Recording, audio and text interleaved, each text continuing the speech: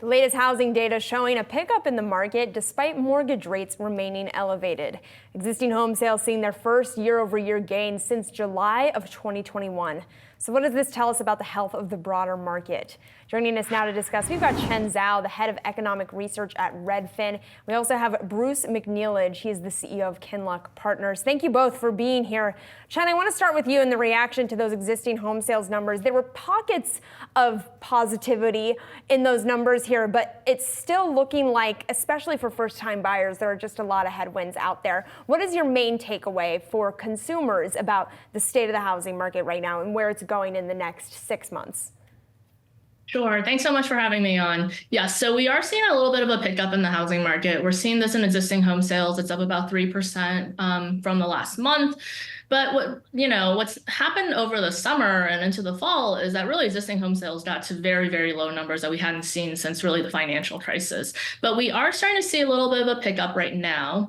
Part of that is, I think, because a lot of folks are on the sidelines waiting for the election to be decided, and they were waiting for the Fed to cut their policy rate, and they've done that now twice. So we are seeing that a lot of homeowners are actually coming off, or sorry, a lot of home buyers are coming off of the sidelines now. The number of people who are contacting Redfin agents for tours is up about 20% year over year right now. And it's at the highest level that it's been at since August of 2023. So if this really filters down through into sales, we should be seeing more of a pickup in home sales through the end of the year and into next year. Bruce, is that consistent with what you're seeing and what you're expecting? Well, what I've seen is, the Fed's lowered rates, but mortgage rates have gone up.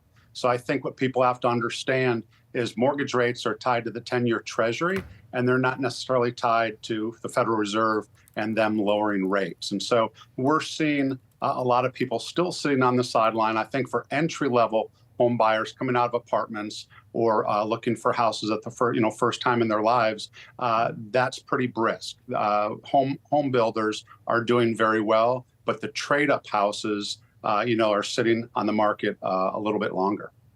Bruce, I want to stick with you on that then, because there's been this question about how the incoming administration is going to impact some of the movement we might see in the bond market if we're going to see bond vigilantes coming in, for example. Do you think that that could potentially have a stronger than currently priced in impact on what we see in terms of the impact on mortgage rates?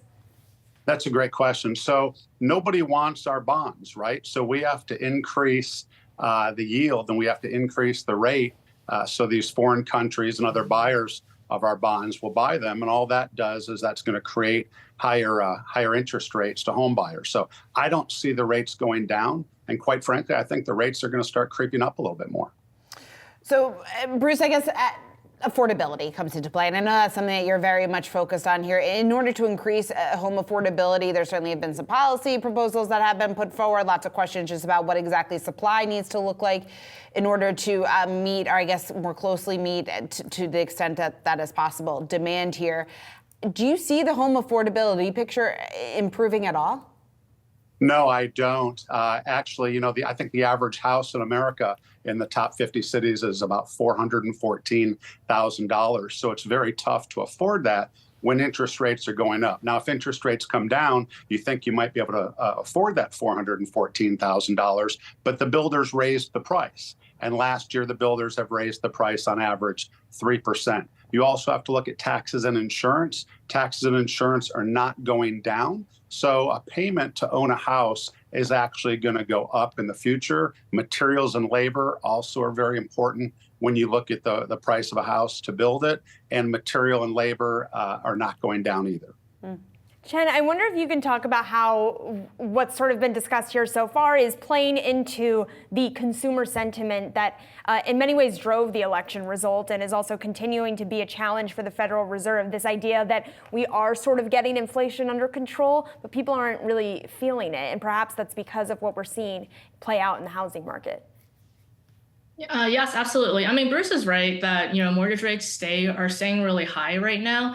But I would say that there's actually a ton of uncertainty because we don't really know, how much policy is going to change over this next year. So, for example, there's been a lot of talk about tariffs, but the impact of a really broad-based tariff versus very targeted tariffs that are only applied to certain countries would be really different in bond markets. And that would have a large, impact on people who are looking to buy a home, because that could be the difference between a 6% mortgage rate and a 7% mortgage rate, for example. And then there's also a lot of, potential policies that could, come to bear in the coming year that would really help with consumer sentiment, like you're saying. So, for example, if we do see more tax cuts, that could really spur spending. If we see a lot of deregulation become reality, that could really help with building more housing supply. So there are a lot of potentially really helpful policies on the horizon as well. Bruce, where does that leave renters? There's long been this debate whether you should buy, whether you should rent. And I say long been this debate. It's very, very much been the debate here over the last several months, given what we have seen in the housing market. Does it make more sense in many instances to rent than buy, given the current That's a great question.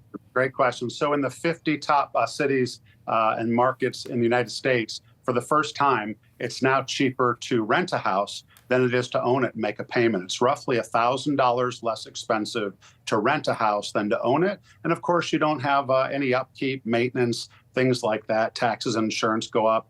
You don't have to pay that when you're just paying a landlord. And so, yes, it's less expensive. I think it's going to stay that way. And for a lot of people, I call it the lock and leave lifestyle. They want to travel. They want to do things. They don't want to be tied to a house. And at the end of the year, if they don't want to own the house, they don't have to sell it. They can just give the keys back to the owner.